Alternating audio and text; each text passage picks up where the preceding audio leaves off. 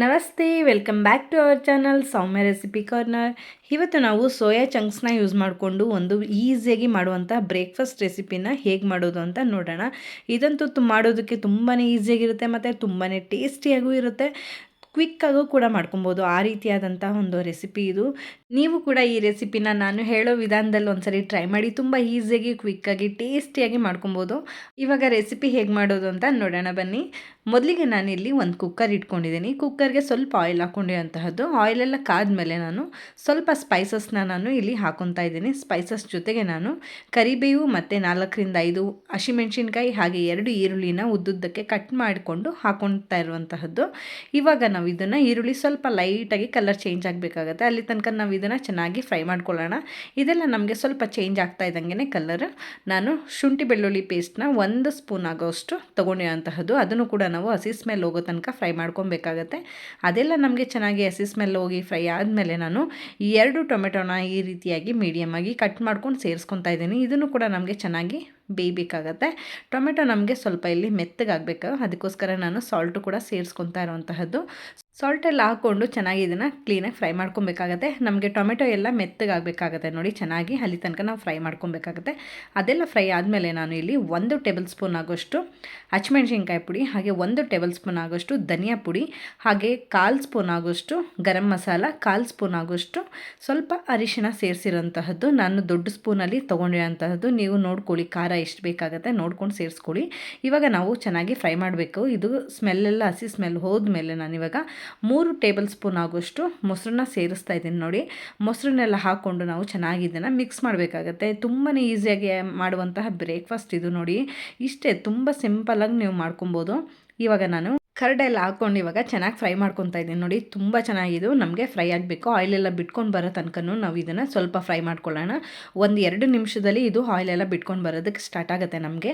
ಈ ಟೈಮಲ್ಲಿ ನಾನು 1 ಇಡಿ ಆಗೋಷ್ಟು ಕೊತ್ತಂಬರಿ ಸೊಪ್ಪು ಹಾಗೆ ಪುದೀನ ಎರಡನ್ನೂ ಕೂಡ ನಾನು ಸಣ್ಣ ಸಣ್ಣದಾಗಿ ಕಟ್ ಮಾಡಿ ತೊಗೊಂಡಿರೋಂತಹದ್ದು. ಇದನ್ನು ನಾವು ಸೇರಿಸಿ ಚೆನ್ನಾಗಿ ಇದನ್ನು ಫ್ರೈ ಮಾಡ್ಕೊಳ್ಳೋಣ. ಇದೆಲ್ಲ ನಮಗೆ ಚೆನ್ನಾಗಿ ಫ್ರೈ ಆದಮೇಲೆ ನಾನು ಇವಾಗ ಸೋಯಾ ಚಂಕ್ಸ್ನ ನಾನು ಹಾಕ್ಕೊಬೇಕಾಗತ್ತೆ. ಸೋಯಾ ಚಂಕ್ಸ್ನ ನಾನು ಇಲ್ಲಿ ಬಂದು 1 ಅವರ್ ನೆನೆ ಹಾಕಿದ್ದೀನಿ. ತಣ್ಣೀರಲ್ಲಿ ನೀವು ನೆನೆ ಹಾಕಿದ್ರೆ 1 ಅವರ್ ನೆನೆ ಹಾಕಿ. ನೀವೇನಾದ್ರೂ ಟೈಮ್ ಇಲ್ಲ ಅಂತ ಹೇಳಿದ್ರೆ ಬಿಸಿನೀರಲ್ಲಿ 10 ಮಿನಿಟ್ಸ್ ನೀವು ಅದನ್ನು ಕುದಿಸಿದ್ರೆ ಸಾಕಾಗುತ್ತೆ, ಎಲ್ಲ ಮೆತ್ತಗಾಗುತ್ತೆ ನೋಡಿ. ಇವಾಗ ನಾನು ಒಂದು ಅರ್ಧ ಬೌಲಿನ ಆಗೋಷ್ಟು ನಾನು ಸೋಯಾ ಚಂಕ್ಸ್ನ ಸೇರಿಸ್ಕೊತಾ ಇದ್ದೀನಿ.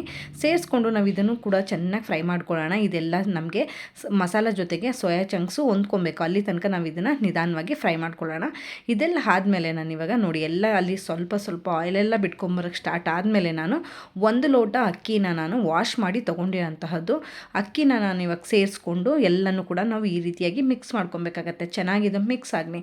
ಇದೆಲ್ಲ ಚೆನ್ನಾಗಿ ನಾವು ಮಿಕ್ಸ್ ಮಾಡ್ಕೊಳ್ಳೋದ್ರಿಂದ ಮಸಾಲ ಎಲ್ಲದಕ್ಕೂ ತುಂಬ ಚೆನ್ನಾಗಿ ಈವನ್ ಆಗಿ ನಮಗೆ ಸ್ಪ್ರೆಡ್ ಆಗುತ್ತೆ. ಅದಕ್ಕೋಸ್ಕರ ಟೇಸ್ಟ್ ಕೂಡ ಚೆನ್ನಾಗಿ ಬರುತ್ತೆ. ಅದಕ್ಕೋಸ್ಕರ ಇವಾಗ ನೋಡಿ ಆಗಿದೆ. ಇದೆಲ್ಲ ಆದಮೇಲೆ ನಾನು 1 ಲೋಟ ಅಕ್ಕಿಗೆ ನಾನು 2 ಲೋಟ ನೀರನ್ನ ಸೇರಿಸ್ತಾ ಇರುವಂತಹದ್ದು.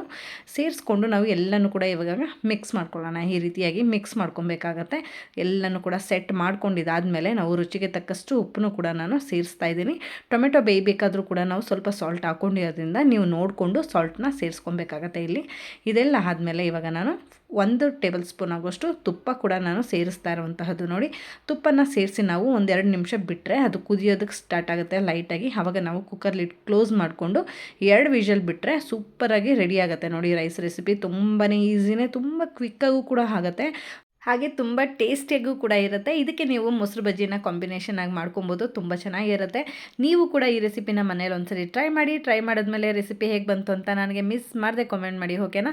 ಐ ಹೋಪ್ ಈ ವಿಡಿಯೋ ನಿಮಗೆ ಇಷ್ಟ ಆಗಿದೆ ಅಂತ ಭಾವಿಸ್ತೀನಿ. ಇಷ್ಟ ಆಗಿರೋ ವಿಡಿಯೋಗೆ ಲೈಕ್, ಶೇರ್, ಕಾಮೆಂಟ್ ಮಾಡೋದು ಮರಿಬೇಡಿ. ಹಾಗೆ ವಿಡಿಯೋ ಯೂಸ್ಫುಲ್ ಅನ್ಸರೆ ನಿಮ್ಮ ಫ್ರೆಂಡ್ಸ್ ಆ್ಯಂಡ್ ಫ್ಯಾಮಿಲಿಗೂ ಕೂಡ ವಿಡಿಯೋನ ಶೇರ್ ಮಾಡಿ ಅಂತ ಕೇಳ್ತಾ, ಯಾರೆಲ್ಲ ನನ್ನ ಚಾನಲ್ನ ಸಬ್ಸ್ಕ್ರೈಬ್ ಮಾಡ್ಕೊಂಡು ನೋಡ್ತಾ ಇದ್ದೀರಾ, ಥ್ಯಾಂಕ್ ಯು ಸೋ ಮಚ್. ಹಾಗೆ ಸಬ್ಸ್ಕ್ರೈಬ್ ಮಾಡ್ಕೊಳ್ದೆ ನೋಡ್ತಾ ಇದ್ದಾರೆ ಖಂಡಿತವಾಗ್ಲೂ ಈ ಕೂಡಲೇ ಸಬ್ಸ್ಕ್ರೈಬ್ ಮಾಡ್ಕೊಳ್ಳಿ. ಹಾಗೆ ನೋಟಿಫಿಕೇಷನ್ ಆನ್ ಮಾಡ್ಕೊಳ್ಳೋದ್ರಿಂದ ನಾನು ಹಾಕೋ ಪ್ರತಿ ವಿಡಿಯೋನೂ ಕೂಡ ನೀವು ಮಿಸ್ ಮಾಡದೆ ನೋಡ್ಬೋದು ಅಂತ ಹೇಳ್ತಾ ಮುಂದಿನ ರೆಸಿಪಿಯೊಂದಿಗೆ ಸಿಗ್ತೀನಿ. ಅಲ್ಲಿವರೆಗೂ ನನ್ನ ಪ್ರೀವಿಯಸ್ ವಿಡಿಯೋನ ಚೆಕ್ಔಟ್ ಮಾಡ್ತಾ ಇರಿ. Thank you so much for watching this video. Stay tune.